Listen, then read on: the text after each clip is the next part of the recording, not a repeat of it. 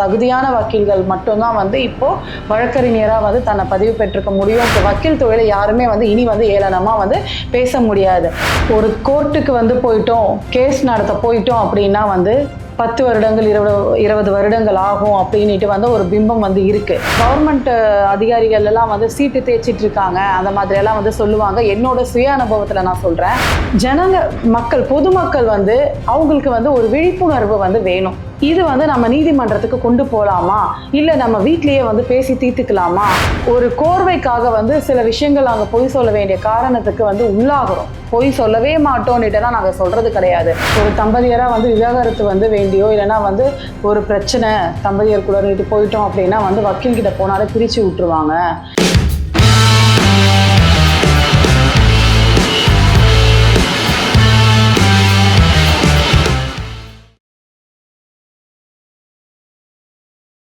TN headlines நேயர்கள் அனைவருக்கும் எனது வணக்கங்கள்.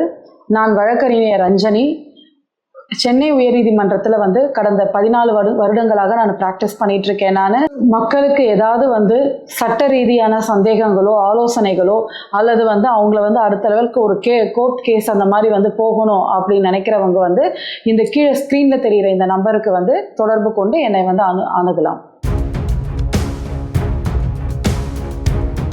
வழக்கறிஞர் ஆகணும்னு முடிவு பண்ணியிருக்காங்க அப்படின்னா அவங்க முதல் வந்து +2ல் வந்து எல்லாரும் நினச்சிட்டு இருக்காங்க, மார்க் வந்து கம்மியாக எடுத்துட்டா வந்து போயிட்டு வந்து வக்கீலுக்கு போட்டுடலாம், எதுவுமே டாக்டர் கிடைக்கல, இன்ஜினியரிங் கிடைக்கல, எதுவுமே கிடைக்கல அப்படின்னா வந்து பிஏ ஹிஸ்ட்ரி படிச்சுட்டு இல்லைன்னா எதனா ஒரு குரூப் எடுத்து படிச்சுட்டு வந்து வக்கீலுக்கு போகலான்னு நினைக்கிறாங்க. கிடையவே கிடையாது. ஒரு வக்கீல் ஆகிறதுக்கு, அதாவது ஒரு வழக்கறிஞர் ஆகிறதுக்கு வந்து என்னெல்லாம் வேணும் அப்படின்னா எல்லா விதத்துலையுமே எல்லா சப்ஜெக்ட்ஸ்லையுமே அவங்களுக்கு வந்து நாலேஜ் வந்து கண்டிப்பாக வந்து இருக்கணும்.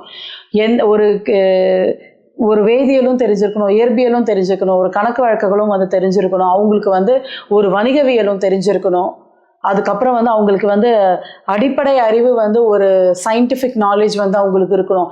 ஸோ எல்லா விதத்துலையுமே எல்லா சப்ஜெக்ட்ஸ்லையுமே நாலேஜ் இருந்தால் மட்டும்தான் வந்து ஒரு சக்ஸஸ்ஃபுல் லாயராக வந்து நம்ம வந்து பிரதிபலிக்க முடியும் இந்த சொசைட்டியில். உதாரணத்துக்கு பார்த்தீங்க அப்படின்னா வந்து ஒரு +1 +2ல் வந்து சயின்ஸ் குரூப் எடுத்துட்டு அதை ஃபஸ்ட் குரூப் எடுத்துருக்கவங்களும் வந்து வக்கீலுக்கு வந்து படிக்க வேண்டிய விருப்பப்பட்டு வந்து படிக்கிறாங்க. நான்லாம் வந்து பார்த்தீங்கன்னா வந்து நிறைய மார்க்கு தான் வருது. நான் 1047 மார்க் நான் +2ல் நான் எடுத்துட்டு தான் வந்து நான் வக்கீல் படிக்க வந்திருக்கேன். நான் அதுக்கு வந்து மார்க் கம்மியாக எடுத்தவங்க தான் படிக்கணுன்றது அவசியம் வந்து கிடையாது. அந்த ஒரு பிம்பத்தையே வந்து இப்போ உடஞ்சிட்டு இருக்காங்க. தகுதியான வக்கீல்கள் மட்டும்தான் வந்து இப்போ வழக்கறிஞராக வந்து தன்னை பதிவு பெற்றிருக்க முடியும், பார் கவுன்சிலில் வந்து பதிவு பெற முடியும். அதுக்கடுத்து அவங்க வந்து சக்ஸஸ்ஃபுல் லாயர் ஆகணும் அப்படின்னா எல்லா சப்ஜெக்ட்ஸ்லையுமே வந்து அவங்களுக்கு நாலேஜ் வந்து இருக்கணும். உதாரணத்துக்கு சொல்ல போனால் பார்த்தீங்கன்னா இப்போ AIB எக்ஸாம் இருக்குது, அதாவது ஆல் இண்டியா பார் எக்ஸாமினேஷன் இருக்குது. Bar council of India BCI டெல்லியில் இருக்குது. அவங்க வந்து ஒரு என்ரோல் வக்கீல் வந்து நான் ஒரு 5 வருடம், அதாவது +1 +2 முடிச்சுட்டு 5 வருஷம் BABL படிக்கணும், இல்லை BALLBன்றாங்க இப்போ. அதுக்கடுத்து BABL ஹானஸாக இருக்கட்டும், இப்போ ஹானஸ்ட் ஒரு இது வந்திருக்கு. ஸோ அதுக்கப்புறம் BCom LLB ஹானஸாக இருக்கட்டும், அந்த மாதிரி எல்லாம் வந்து படித்தாலும் கூட 5 வருடங்களை முடித்தாலோ இல்லை ஒரு டிகிரி முடிச்சிருக்காங்க, ஏற்கனவே ஏதாவது ஒரு சப்ஜெக்ட்ஸில் டிகிரி முடிச்சிருக்காங்க அப்படின்னா அவங்க 3 வருடம் வந்து LLB வந்து படிக்கிறாங்க. படிச்சுட்டு அவங்க வந்து வக்கீலாக வந்து ப்ராக்டிஸ் பண்ணணும் அப்படின்னா அவங்க பார் கவுன்சிலில் பதிவு பண்ணணும். பதிவு பண்ணதுக்கு அப்புறமேட்டு all India bar examination bar council BCIயால் நடத்தப்பெற அந்த எக்ஸாமில் வந்து அவங்க வந்து 2 வருடங்களுக்குள்ளே தன்னை என்ரோல் பண்ணிட்டு 2 வருஷத்துக்குள்ளே வந்து அவங்க அந்த எக்ஸாமை வந்து கிளியர் பண்ணணும். அவங்க படித்த சப்ஜெக்ட்ஸ் 5 வருஷம் படிச்சிருக்காங்க இல்லையா, இல்லை 3 வருஷங்கள் ஒரு டிகிரி படிச்சதா 3 வருஷம் படிச்சிருக்காங்க இல்லையா, அந்த சப்ஜெக்ட்ஸில் இருந்து தான் வந்து அந்த கேள்விகள் வந்து ஒரு மல்டிபிள் சாய்ஸ் கொஸ்டின்ஸ், அதை MCQ வந்து கேட்கப்படும். அந்த கேள்விகளுக்கு வந்து அவங்க வந்து சரியாக ஆன்சர் பண்ணி அவங்க வந்து பாஸ் மார்க் எடுத்தால் தான் வந்து அவங்க தொடர முடியும், வக்கீல் தொழிலில் வந்து ப்ராக்டிஸ் பண்ணுறதுக்கு தொடர முடியும். இல்லை அப்படின்னா வந்து என்ரோல் பண்ணியிருந்தா கூட வந்து அந்த என்ரோல்மெண்ட்டை வந்து சீஸ் பண்ணிடுவாங்க. ஸோ 2 வருஷத்துக்குள்ள அவங்க வந்து கம்ப்ளீட் பண்ணணும். இது எதுக்காக நான் சொல்கிறேன் அப்படின்னா ஒரு வக்கீல் சக்சஸ்ஃபுல்லா வரான், இவன் வந்து வக்கீல் படிச்சுட்டா போதுமா, எல்லாருமே வந்து அட்வொகேட் ஸ்டிக்கர் ஒட்டிக்கிறாங்க வண்டியில, அந்த மாதிரி வந்து ரொம்ப வந்து தரம் தாழ்ந்து வந்து பேசப்படுது இந்த சமூகத்துல. அப்படியெல்லாம் கிடையாது. வக்கீலுக்கும் வந்து ஒரு தனி அடையாளம் இருக்கு, அவங்களுக்கும் வந்து திறமைகள் இருக்கு. அந்த திறமையை வந்து சோதிக்கும் விதமா தான் ஏஐபி எக்ஸாம் இருக்கு. இதை கிளியர் பண்ணா மட்டும்தான் வந்து முடியும். அதனால வக்கீல் தொழிலையோ வழக்கறிஞர்களையோ வந்து ஏளனமா பேசுறது வந்து இனிமேல் வந்து எடுபடாது இந்த சமூகத்துல. அதே மாதிரி வந்து இது கரஸ்பாண்டன்ஸ் கோர்ஸ்ல வந்து போயிட்டு வந்து டிஸ்டன்ஸ் எஜுகேஷன்ல வந்து படிக்கிறது அதெல்லாம் வந்து கிடையாது. ஒரு நல்ல வக்கீலா வந்து தன்னை வந்து நிலைநிறுத்திக்கணும் அப்படின்னா இந்த எக்ஸாமை வந்து கிளியர் பண்ணணும். இதை வந்து நான் ஒரு வக்கீலா வந்து நான் இதை வரவேற்கிறேன். முதலா 2005 இருந்து 2010 நான் வந்து ஸ்கூல் ஆஃப் எக்ஸலன்ஸ் இன் லால வந்து நான் இது தமிழ்நாடு டாக்டர் அம்பேத்கர் லா யூனிவர்சிட்டியில வந்து one of the affiliation college வந்து இந்த school of excellence in law அந்த கேம்பஸ்ல தான் வந்து நான் படித்தேன். நான் பிஏபிஎல் ஹானர்ஸ் நாங்கள் படித்தேன். நாங்கள் தான் வந்து ஃபர்ஸ்ட் பேட்ச் இந்த ஆல் இண்டியா பார் எக்ஸாமினேஷனை வந்து கிளியர் பண்ணதில்ல. எங்களுக்கு வந்து அதோட முன்மாதிரி வந்து என்ன எப்படி வந்து கையாண்டாங்கன்றது வந்து எதுவுமே எங்களுக்கு தெரியவே தெரியாது. ஆனால் நாங்கள் தான் வந்து முன்னுதாரணமாக இருக்கும். நாங்கள் தான் வந்து முதல் பேட்ச் நாங்கள் இதை பண்ணி கிளியர் பண்ணி அதுக்கப்புறம் நான் ஏஏபியில் இது பண்ணியிருக்கேன். அது மட்டும் இல்லாமல் வருடாந்திரம் வந்து பார் கவுன்சிலில் வந்து நாங்கள் வந்து கரண்ட்ல ப்ராக்டிஸில் இருக்கோமா அப்படின்றதுக்கு வந்து நாங்கள் அந்த ஒரு வருஷத்துக்கு எத்தனை வக்காலத் நாங்கள் ஃபைல் பண்ணோமோ, எத்தனை கேசஸ் எடுத்தோமோ, நாங்கள் என்ரோல் பண்ண வருடங்கள்ல இருந்தே வந்து இப்போ நாங்கள் வந்து கொடுத்துட்டு தான் இருக்கோம். நாங்கள் அப்படிதான் வந்து நாங்கள் ஐடி கார்டை வந்து ரெனியூ பண்ணுறப்போ இதை நாங்கள் கொடுக்குறோம். நாங்கள் அப்போது கரண்ட்ல இருக்க லாயர்ஸ் யார், கரண்ட்ல இல்லாதவங்க யார், கரண்ட் ப்ராக்டிஸில் இருக்கவங்க யார் இல்லைன்றதை வந்து தெளிவாக வந்து ஒரு ஸ்டாட்டிஸ்டிக்கல் டேட்டா வந்து பார் கவுன்சில் ஆஃப் இந்தியா வந்து வச்சிருக்கு. அதுக்கு bar council of Tamil Nadu and புதுச்சேரியும் வந்து வச்சிருக்காங்க. ஸோ எல்லாமுமே சிஸ்டமேட்டிக்காகவும் ஆர்கனைஸ்டாகவும் தான் இருக்குது. வக்கீல் தொழிலை யாருமே வந்து இனி வந்து ஏளனமாக வந்து பேச முடியாது. அதை தாண்டியும் வந்து ஸ்டேஷனில் மட்டும் போயிட்டு வந்து தன்னை வந்து இது பண்ணிக்கிற வக்கீல்களும் வந்து இருக்காங்க. அவங்களுக்காக இந்த பதிவு கிடையாது. அவங்க எல்லாம் வந்து விதிவிலக்குகள். நான் வந்து உண்மையாவே வந்து நான் ப்ராக்டிஸ் பண்ற வக்கீலா நான் இதை சொல்றேன். அவங்க எல்லாம் வந்து போயிட்டு வந்து மிரட்டுத தோரணையில வந்து போயிட்டு மிரட்டுறது, அதுக்கப்புறமேட்டு வந்து ஒரு ஸ்டிக்கரை வண்டியில வந்து படிச்சு கூட இருக்க மாட்டாங்க, வெறும் வந்து அப்ளிகேஷன் வந்து போட்டுட்டு இருப்பாங்க. அவங்களே வந்து இந்த ஸ்டிக்கரை ஓட்டிக்கிட்டு வந்து இந்த பத்தான் பண்ணிட்டு இருக்கிறதுக்கு எல்லாம் வந்து இப்ப எடுபடாது. எல்லாமுமே வந்து ரொம்ப சிஸ்டமேட்டிக்கா வந்து இப்ப பண்ணிட்டு தான் இருக்காங்க. இதை நான் ஒரு வக்கீலா வந்து வரவேற்கிறேன். அதாவது ஒரு கோர்ட்டுக்கு வந்து போயிட்டோம், கேஸ் நடத்த போயிட்டோம் அப்படின்னா வந்து 10 வருடங்கள் 20 வருடங்கள் ஆகும் அப்படின்ட்டு வந்து ஒரு பிம்பம் வந்து இருக்கு. அது நான் இல்லைன்ட்டு நான் மறுக்கல. அந்த மாதிரி இருக்குதான். ஆனா அது கேஸோட தன்மையை பொறுத்து இருக்கு, நேச்சர் ஆஃப் கேசஸை பொறுத்து வந்து அந்த மாதிரி வந்து இருக்கு. இப்போ சொல்ல போனா வந்து அதுக்கு வந்து கிளைண்ட் வந்து காரணம்னு நான் சொல்லுவேன். அதாவது மல்டிப்ளிசிட்டி ஆஃப் கேசஸை வந்து யாருமே வந்து விரும்புறது கிடையாது. எல்லாமுமே அதாவது சொல்லுவாங்க கவர்மெண்ட் அதிகாரிகள் எல்லாம் வந்து சீட்டு தேய்ச்சிட்டு இருக்காங்க, அந்த மாதிரி எல்லாம் வந்து சொல்லுவாங்க. என்னோட சுய அனுபவத்துல நான் சொல்றேன், நீதிமன்றங்கள்ல வேலை செய்யற எந்த ஒரு எம்ப்ளாயீஸுமே வந்து பாத்தீங்கன்னா வந்து சீட்டு தேய்ச்சிக்கிறதுலாம் வந்து கிடையவே கிடையாது. கடுமையா வந்து உழைக்கிறாங்க. நான் வந்து என் கண் கூட நான் பார்த்துட்டு இருக்கேன். ஒரு பெஞ்ச் கிளர்க்கா இருக்கவங்களா இருக்கட்டும், ஜட்ஜஸா இருக்கட்டும், வக்கீல் நாங்களா இருக்கட்டும், அதே மாதிரி வந்து பாத்தீங்கன்னா ஒரு கேஸ் ஃபைலிங் செக்ஷன்ல இருக்கவங்களா இருக்கட்டும், எல்லாருமே வந்து பாத்தீங்கன்னா வந்து இந்த சீட்டு தேய்ச்சிக்கிட்ட எல்லாம் வந்து இருக்கவே முடியாது. எல்லாருமே வந்து தன்னோட சாப்பிட்ற நேரத்தை கூட வந்து தியாகம் பண்ற சூழ்நிலைகள் வந்து நான் பார்த்துட்டு இருக்கேன், அனுபவிச்சுட்டும் இருக்கேன். இதெல்லாம் தாண்டி தான் வந்து கேசஸ் வந்து இருக்கு. அதுக்கு காரணம் என்ன அப்படின்னா வந்து இது வந்து நீதித்துறையை வந்து சாடுறது வந்து அவசியமே இல்லாத ஒன்று. ஏன் அப்படின்னா பொதுமக்கள் வந்து அவங்களுக்கு வந்து ஒரு விழிப்புணர்வு வந்து வேணும். இது வந்து நம்ம நீதிமன்றத்துக்கு கொண்டு போகலாமா, இல்லை நம்ம வீட்லயே வந்து பேசி தீர்த்துக்கலாமா அப்படின்ற ஒரு அணுகுமுறை இருக்கணும். அவங்களுக்கு விழிப்புணர்வு இருக்கணும். இது விழிப்புணர்வு சரியா இல்லாத காரணத்தினாலதான் வந்து இந்த மாதிரி வந்து நீங்க கேட்கிற நிலை வந்து ஏற்படுது. மல்டிப்ளிசிட்டி ஆஃப் கேசஸை வந்து எந்த ஒரு ஜட்ஜஸ்மே வந்து என்கரேஜ் பண்றது கிடையாது. டார்கெட் வந்து இருக்கு, இன்னைக்குள்ள வந்து எத்தனை கேசஸ் வந்து பார்க்கணும் அப்படின்றது இருக்கு. முடிச்சு ஆக வேண்டிய கட்டாயத்துல வந்து நீதிபதிகளும் இருக்காங்க. அதே மாதிரி வழக்கறிஞர்கள் நாங்களும் வந்து இழுப்பழியை வந்து பண்றதுக்கு நாங்கள் வந்து காரணம் கிடையாது. ஏன்னா இன்னொரு விஷயம் நான் இதை பதிவிட விரும்புறேன். பல காலமா வக்கீல் தொழில் வந்து வழக்கறிஞரா அவங்க பொய் சொல்லுவாங்க அப்படின்ற ஒரு பிம்பம் வந்து இருந்துட்டு இருக்கு. அதை நான் வந்து உடைக்கணும். இது நிறைய பேர் வந்து சொல்லியிருக்கலாம். என்னோட பங்குக்கு நான் ஒரு வழக்கறிஞராக சொல்றதுக்கு வந்து நான் கடமைப்பட்டிருக்கேன். நாங்க வந்து ஒரு வழக்கறிஞர் வந்து ஏங்க பொய் சொல்லணும்?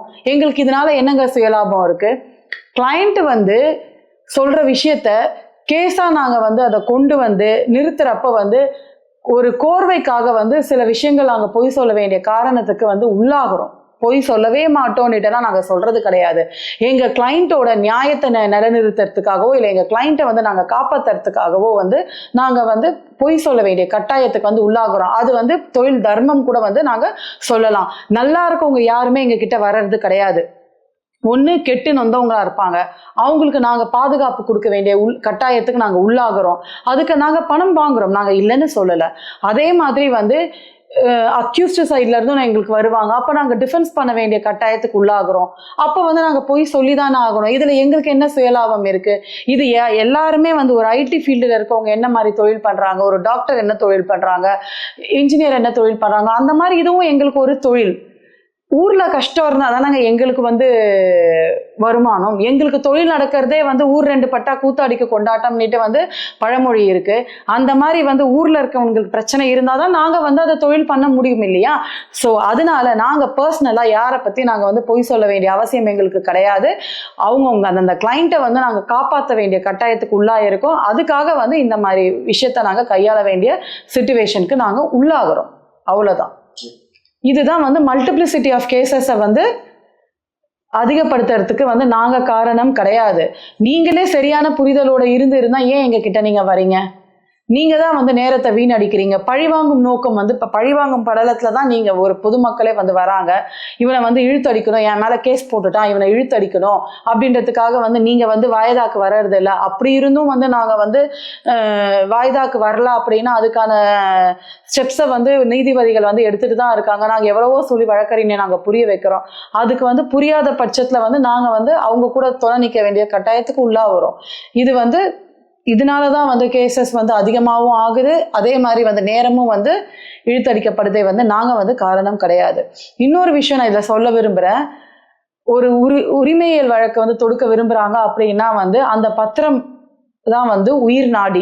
அதுல இருக்க வார்த்தைகள் ஒவ்வொன்றுமே வந்து உயிர் தெழும். அப்போ அதை நாங்கள் படிச்சு பார்க்கணும். அதை வந்து ப்ரூஃப் பண்றதுக்கு வந்து நேரம் எடுக்கும். ஒவ்வொரு துறையும் வந்து நாங்கள் போய் தட்டணும். அந்த துறைக்கு நோட்டீஸ் அனுப்பணும், சம்மன் விடுக்கணும், அவங்க வந்து அதுக்கு அந்த எக்ஸ்பிளனேஷன் கொடுக்கணும். ஸோ இதெல்லாம் வந்து நேரம் எடுக்கிறது. ஒவ்வொருத்தரும் இது அடிப்படை நாதமே என்ன அப்படின்னு பார்த்தீங்க அப்படின்னா 1000 குற்றவாளிகள் வந்து தப்பிக்கப்படலாம், ஆனா ஒரு நிரபராதி கூட வந்து தண்டிக்கப்படக்கூடாது அப்படின்றது தான் வந்து அடிநாதமே. அதற்காகத்தான் வந்து எல்லாத்தையுமே அலசி ஆராய்ஞ்சு பார்க்கணும் அப்படின்றதுக்காக வந்து நேரம் அதிகப்படியா எடுக்கப்படுது. அதிகப்படியா நேரம் எடுத்தா கண்டிப்பா வந்து நேரம் வருடக்கணக்கு ஆகதானே செய்யும். அப்ப வந்து இது வந்து கரெக்டான நியாயம் கிடைக்கணும் அப்படின்றது தான் வந்து நோக்கமே தவிர வந்து இன்னொரு விஷயமே இருக்கு. Delight justice is denied justice அப்படின்னு சொல்லுவாங்க. எந்த ஒரு இதுவுமே வந்து ஒரு நியாயம் வந்து சரியான நேரத்துல உரிய நேரத்துல வந்து கிடைக்கல அப்படின்னா வந்து அந்த நியாயமே கிடைக்கப்படாததுக்கு சமம் அப்படின்னு தான் வந்து சொல்றாங்க.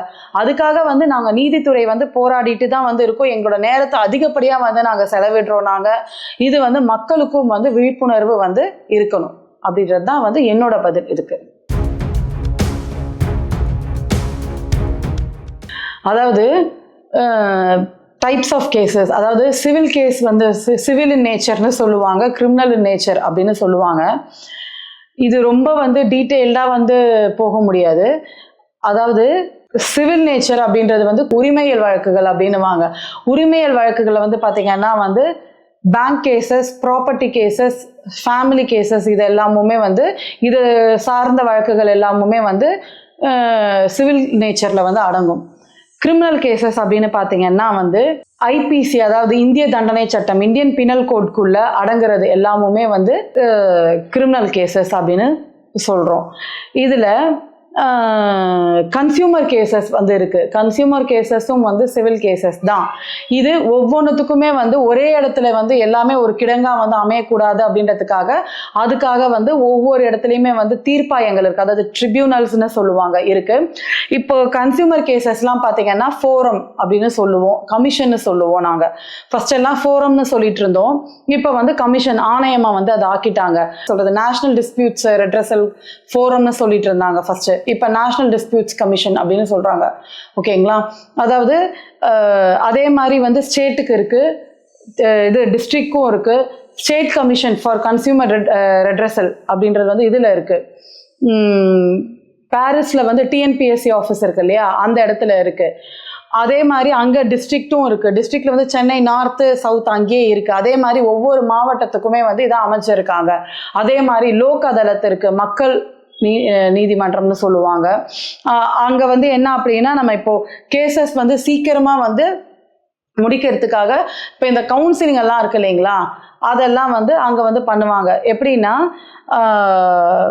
லோக் அதாலத்தில் வந்து பார்த்தீங்கன்னா ஏற்கனவே கேசஸ் வந்து போயிட்டுருக்கு, ஒரு சரி நமக்குள்ளே பேசி தீர்த்துக்கலாம் அப்படின்ற ஒரு இது வரும். அதுக்கு வந்து நம்ம நீதிமன்றங்களே வந்து வாய்ப்பு வந்து கொடுக்குது.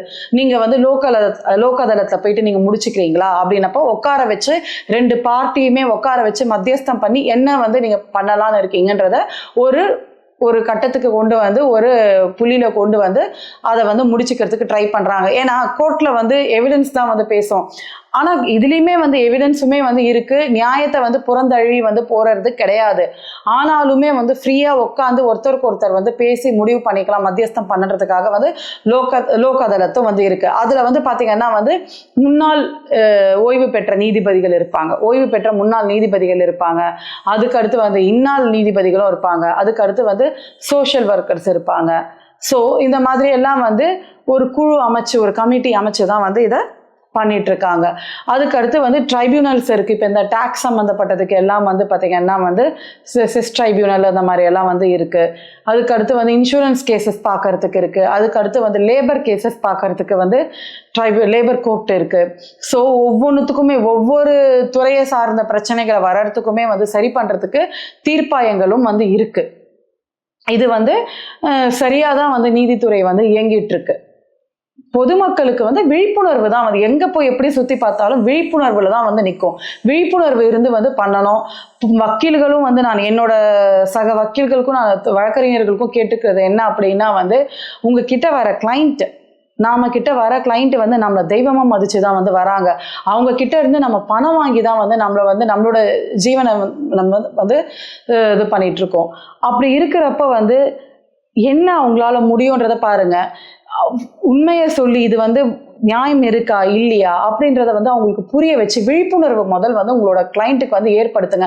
நம்மளுக்கு பணம் வந்தா போதும் அப்படின்றத வந்து நம்மளோட கிளைண்ட்டை வந்து நம்ம வந்து யூஸ் பண்ணிக்க கூடாது. நான் எல்லா வழக்கறிஞர்களுக்கும் சொல்லலை, சில வழக்கறிஞர்கள் வந்து அந்த மாதிரி பண்றாங்க. அதனால வந்து கிளைண்ட்டுங்களும் வந்து பாதிப்பு அவங்களுக்கு ஏற்படுது. அதனால நான் சொல்றேன், நம்ம கிளைண்ட்டுங்க கிடைச்சிட்டாங்க அப்படின்றதுக்காக வந்து அவங்கள நம்ம வந்து அலக்கழிக்க கூடாது. நம்மளால என்ன முடியும், அவங்களுக்கு முடியுமா பண்ண முடியுமா அப்படின்றத வந்து பார்த்து அவங்களுக்கு ஃபர்ஸ்ட் புரிய வச்சு அவங்களுக்கு ஓப்பனாக வந்து புரிய வச்சு இதுக்கு நீதிமன்றங்களுக்கே போகாமல் வந்து நம்மளால வந்து பண்ண முடியும். அது வந்து கட்ட பஞ்சாயத்தாக வந்து பண்ணாதீங்க, தயவு செஞ்சு வந்து கட்ட பஞ்சாயத்தாக வந்து நம்மளோட சக்திகளை வந்து நம்ம அங்கே வந்து நம்ம கொடுக்கக்கூடாது, ஆற்றல் அங்கே நம்ம செலுத்தக்கூடாது.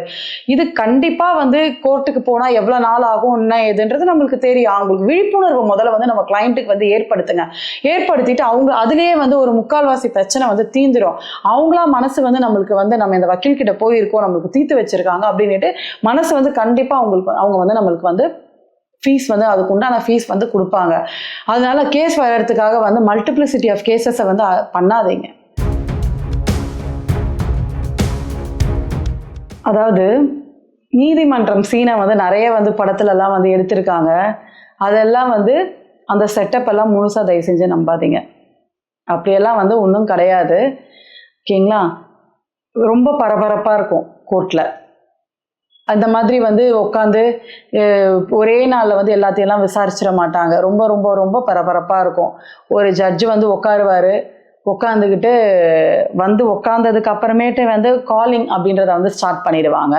அங்கே ஸ்டார்ட் பண்ணிட்டு வந்து ஒரு கேஸ் நம்பரையும் வந்து பார்ட்டி பேரை சொல்லி வந்து கூப்பிடுவாங்க. கூப்பிட்டதுக்கு அப்புறமேட்டு வந்து அவங்களோட வக்கீலோட போயிட்டு அவங்க வந்து ஆஜராயிட்டு வந்து என்ன வந்து இப்போ இன்னைக்கு வந்து என்ன ஸ்டேஜ் போட்டிருக்காங்களோ அது தயாராக இருக்காங்களா இல்லையா அப்படின்றத சொல்லுவாங்க. சிலது வந்து இல்லை, இதை வந்து புரிய வைக்கிறதுக்கு நேரம் ஆகும் அப்படின்றப்ப வந்து பாஸ் அவுட் பண்ணிட்டு அடுத்த வந்து செஷனுக்கு வந்து போயிடுவாங்க. காலிங் முடிஞ்சதுக்கு அப்புறம் தான் போவோம்.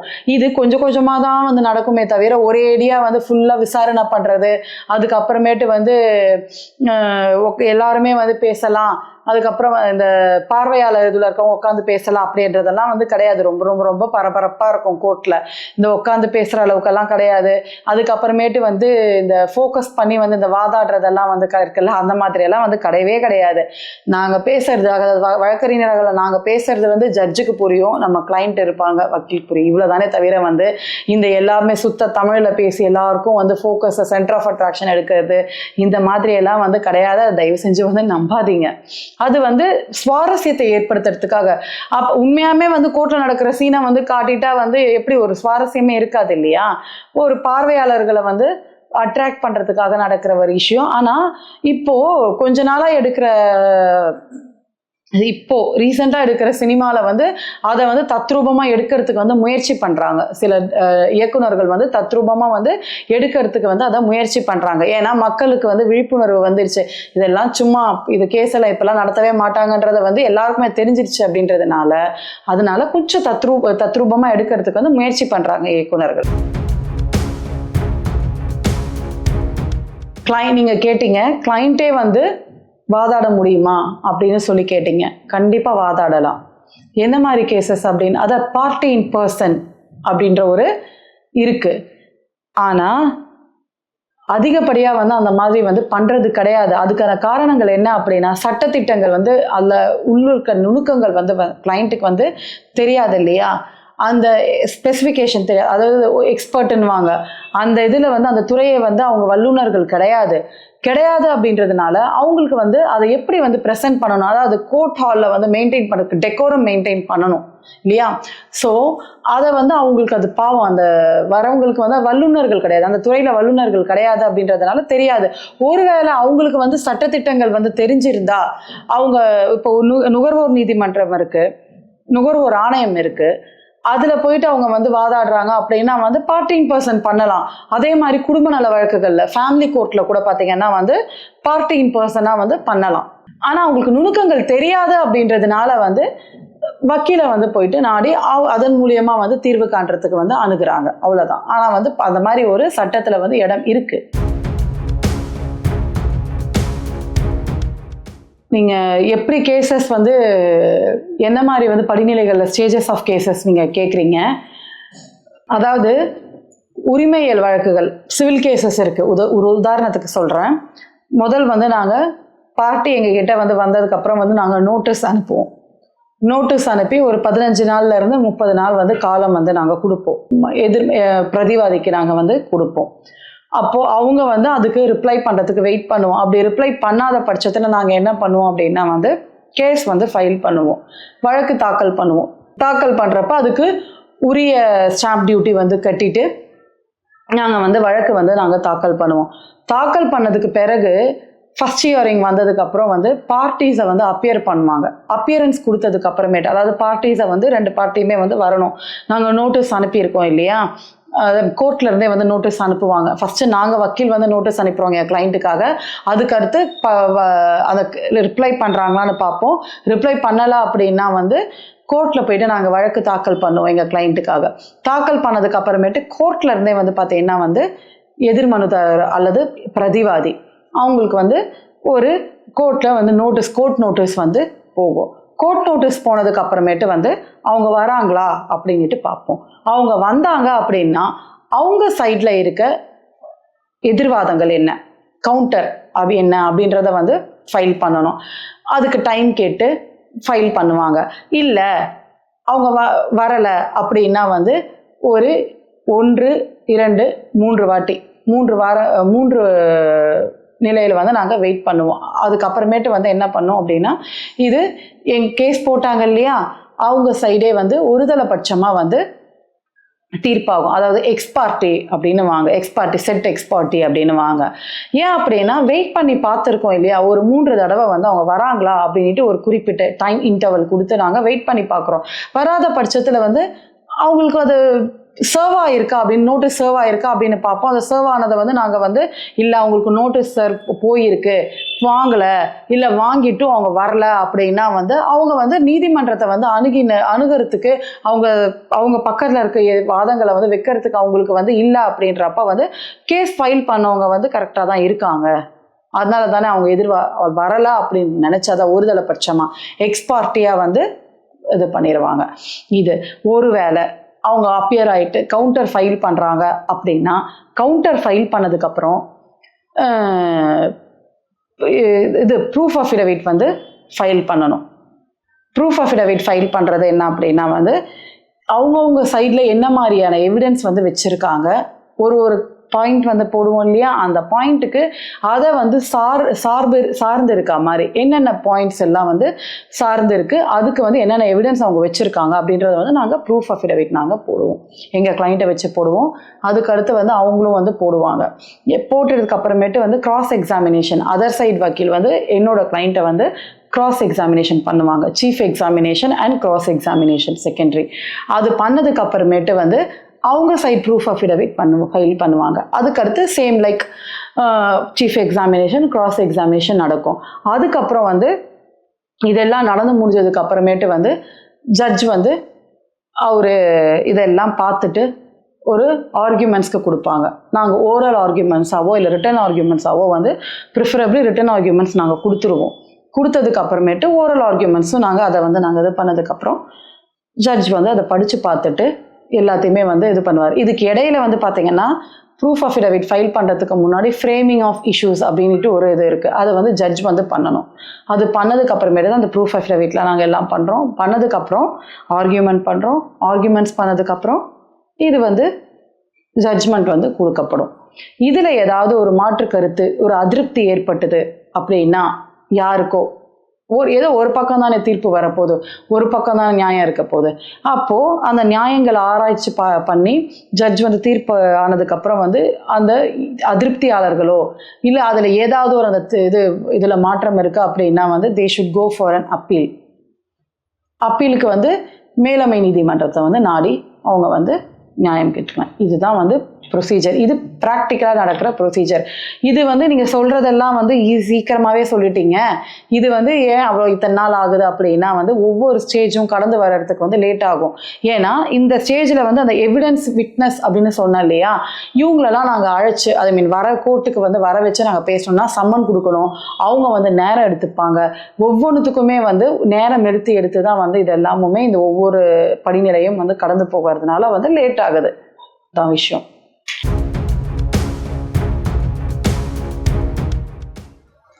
இன்னொரு தவறான பிம்பம் வந்து ஒன்று சமூகத்தில் இருக்குது. என்னென்னா, ஒரு வக்கீல் கிட்ட வந்து போயிட்டோம், ஒரு தம்பதியராக வந்து விவாகரத்து வந்து வேண்டியோ இல்லைனா வந்து ஒரு பிரச்சனை தம்பதியருக்குள்ளே போயிட்டோம் அப்படின்னா வந்து வக்கீல்கிட்ட போனாலே பிரித்து விட்டுருவாங்க, கோர்ட்டுக்கு போனாலே பிரித்து விட்டுருவாங்க அப்படின்ற மாதிரி ஒரு தவறான பிம்பம் வந்து ஒரு சமூகத்தில் வந்து பயணிச்சிட்ருக்கு. அதுக்கு நான் என்ன சொல்ல விரும்புகிறேன்னா, ஒரு வழக்கறிஞராக நாங்களும் வந்து அடிப்படையில் வந்து ஒரு திருமண வாழ்க்கையை வந்து திருமண பந்தத்துக்குள்ளே தான் இருக்கோம், திருமண வாழ்க்கை வாழ்ந்துட்டு தான் இருக்கோம்.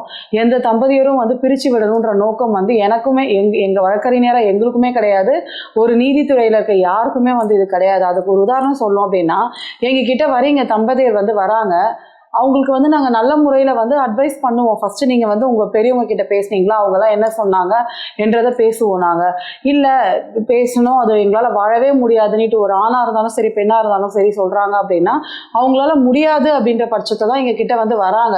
நான் எடுக்கலைன்னா இன்னொரு வக்கீல் வந்து அந்த கேஸ் எடுத்து நடத்திட்டு போயிட்டே இருக்க போகிறாங்க இல்லையா. ஒன்று. இன்னொரு விஷயம் என்ன அப்படின்னா வந்து ஒரு கட்டமைப்பு சமூகத்தில் இருக்குது, அது எல்லாருமே புரிஞ்சுக்கணும். என்னென்னா, ஒரு ஆணும் பெண்ணும் சேர்ந்து வாழ்ந்தே ஆகணும் அப்படின்றத விட ஒரு ஆணும் பெண்ணும் சேர்ந்து வாழறப்ப அவங்களுக்கு ஏற்படுற வந்து சச்சரவு, ஒரு குடும்ப வன்முறை இந்த மாதிரி எல்லாம் வந்து நடக்கிறப்போ அதை பார்த்து வளர்ந்துட்டு இருக்க பிள்ளைகள் வந்து அவங்களோட மன அளவில் வந்து பாதிப்பு ஏற்படுது, அந்த குழந்தைங்களுக்கு மனச்சிதைவு ஏற்படுது, அந்த சுற்றி இருக்க அந்த குடும்ப நபர்களுக்குமே வந்து பெரிய வந்து ஒரு மானக்கேடு, ஒரு இழப்பீடு வந்து ஏற்படுது. இதெல்லாமே வந்து தவிர்க்கலாம். ஒரு ஆணும் பெண்ணும் சேர்ந்து இருந்து வாழ்ந்தா நல்லா இருக்கும், அது மாற்று கருத்து இல்லை. ஆனால் அதை தாண்டி வந்து ஒரு ஆணும் பெண்ணும் வந்து சேர்ந்து வாழ முடியல, ஒரு தம்பதியராக வந்து வாழ முடியல அப்படின்னா எவ்வளோ விஷயங்கள் வந்து பிரச்சனைகள் வந்து உருவாகிட்டு இருக்கு. அதை தவிர்க்கிறதுக்கு அவங்க பிரிஞ்சு இருக்கிறது, சேர்ந்து இருக்கிறத விட பிரிஞ்சு இருக்கிறது எவ்வளவோ மேல் இல்லையா? அதன்படி வந்து எங்ககிட்ட கோர்ட்டில் வந்து கேஸ் போடுங்க, எங்களுக்கு வந்து ஒரு நீதி வாங்கி கொடுங்க, எங்களுக்கு வந்து பிரித்து விடுங்க அப்படின்னு கேட்டு வரவங்கள தான் நாங்கள் வந்து பிரித்து விடுறோமே தவிர வந்து சேர்ந்து வாழணும், என் கணவரோட எனக்கு பிரச்சனை இருக்குது, இந்த மாதிரி ப்ராப்ளம் இருக்குது, என் மனைவி கூட இருக்குது, எங்கள் கூட வந்து அவங்கக்கிட்ட அட்வைஸ் பண்ணி சேர்த்து விடுங்க அப்படின்னு சொன்னால் அதையுமே நாங்கள் பண்ணுறோம். அந்த மாதிரி சேர்த்து விடணும்னா அதுக்கு பெரியவங்களே வந்து பண்ணியிருப்பாங்களே, வேண்டாம் அப்படின்ட்டு தானே எங்ககிட்ட வராங்க. அப்போ நாங்கள் அட்வைஸ் பண்ணுறோம், அதையும் அவங்க கேட்கும் பட்சத்தில் இல்லை அவங்க சூழல் வந்து அப்படி இருக்கலாம். அதுக்கப்புறமேட்டு நாங்கள் வந்து கோர்ட்டில் வந்து நாங்கள் கேஸ் போடுறோம். அப்போ அவங்களுக்கு வந்து நாங்கள் மனு வந்து நாங்கள் தயார் பண்ணி நாங்கள் வந்து மனு தாக்கல் நாங்கள் பண்ணுறோம் கோர்ட்டில் இல்லையா? பண்ணுறப்ப வந்து என்ன ஆகுது, உடனே வந்து நீதிபதி வந்து வாங்க நீங்கள் வந்துட்டீங்க, உங்களுக்கு வந்து விவாகரத்து கொடுத்துரும் அப்படின்னு அந்த தம்பதியருக்கு கொடுத்துறாங்களா என்ன? சந்தையில் விற்கிற காய்கறிகள் மாதிரி அப்படியெல்லாம் கிடையவே கிடையாது. முதல் ஹியரிங், ஃபர்ஸ்ட் ஹியரிங் வந்து அப்பியரன்ஸ் பார்ட்டி கொடுத்ததுக்கு அப்புறமேட்டு அவங்களுக்கு வந்து என்ன ஒரு கவுன்சிலிங்க்கு போங்க அப்படின்னு சொல்லி தான் வந்து ஃபஸ்ட்டு வந்து எழுதி கொடுப்பாங்களே வந்து நீதிபதி. கவுன்சிலிங்க்கு போகிறவங்க சில பேர் வந்து மனமாற்றம் ஏற்படலாம், அது வந்து ரொம்ப ரேர் அண்ட் ரேரஸ்ட் கேஸு. மனமாற்றம் ஏற்பட இல்லை எங்களுக்கு கவுன்சிலிங்லாம் வேணான்னு சொல்கிறாங்க, ஆனால் சொன்னாலுமே அவங்க கவுன்சிலிங் அனுப்ப வேண்டியது வந்து ஒரு நீதிமன்றத்தோட உரிதான கடமையாக இருக்கும். அதை வந்து பண்ணிட்டு தான் இருக்காங்க. அது மட்டும் இல்லாமல் கவுன்சிலிங்க்கு போய் இது சரிப்பட்டு வராது அப்படின்றதுக்கு அப்புறம் தான் திரும்பவும் அது நீதிமன்றத்துக்கு வருது. வந்ததுக்கு அப்புறமேட்டு அதுக்கான ப்ரொசீஜர் என்னவோ வந்து ஒரு ஸ்டெப்பாக வந்து போயிட்டு தான் வந்துட்டு இருக்கு. இது எதுக்கு நான் சொல்ல வரேன் அப்படின்னா வந்து எந்த நீதித்துறையில் இருக்க எந்த ஒரு நபருமே வந்து தம்பதியரை வந்து பிரிக்கணும் அப்படின்ற வந்து ஒரு இதுவே கிடையாது. குறிப்பாக வழக்கறிஞராக எங்களுக்கு அந்த மாதிரி ஒரு ஒரு நிலைப்பாடே வந்து கிடையவே கிடையாது. எல்லாருமே சேர்ந்து வாழணும், எல்லாருமே இதுவாக இருக்கணும், இதுதான் நாங்களும் வந்து திருமண பந்தத்துக்குள்ள தான் நாங்களும் இருக்கோம். அதனால் அவங்களோட எண்ணம் எங்களுக்கு அப்படி கிடையவே கிடையாது. இது ஒரு தவறான ஒரு சித்தரிப்பு. இதை வந்து நான் வன்மையாக கண்டிக்கவும், ஒரு வழக்கறிஞராக வன்மையாக கண்டிக்கவும் செய்கிறேன். இதுக்கு வந்து புரிதலும் விழிப்புணர்வும் வந்து ஒரு மக்களிடையே வந்து தேவை. இப்போ இந்த காலகட்டத்தில் எல்லாருமே நம்ம நல்லா படிச்சிருக்கோம், நல்ல ஒரு சம்பளம் வாங்குகிறோம், நல்ல ஒரு நிலையில வந்து பயணிச்சுட்டு இருக்கோம். அதனால வந்து இந்த மாதிரி ஒரு தவறான வந்து ஒரு சித்தரிப்பை வந்து உடைக்கணும் அப்படின்றது வந்து என்னோட தாழ்மையான வேண்டுகோள். டிஎன் ஹெட்லைன்ஸ் யூடியூப் சேனலில் பார்த்துட்டு இருக்க இந்த வீடியோ உங்களுக்கு பிடிச்சிருந்ததுன்னா லைக் பண்ணுங்கள், கமெண்ட் பண்ணுங்கள், இந்த வீடியோவை ஷேர் பண்ணுங்கள், அதுக்கடுத்து இந்த சேனலை வந்து சப்ஸ்கிரைப் பண்ணுங்கள்.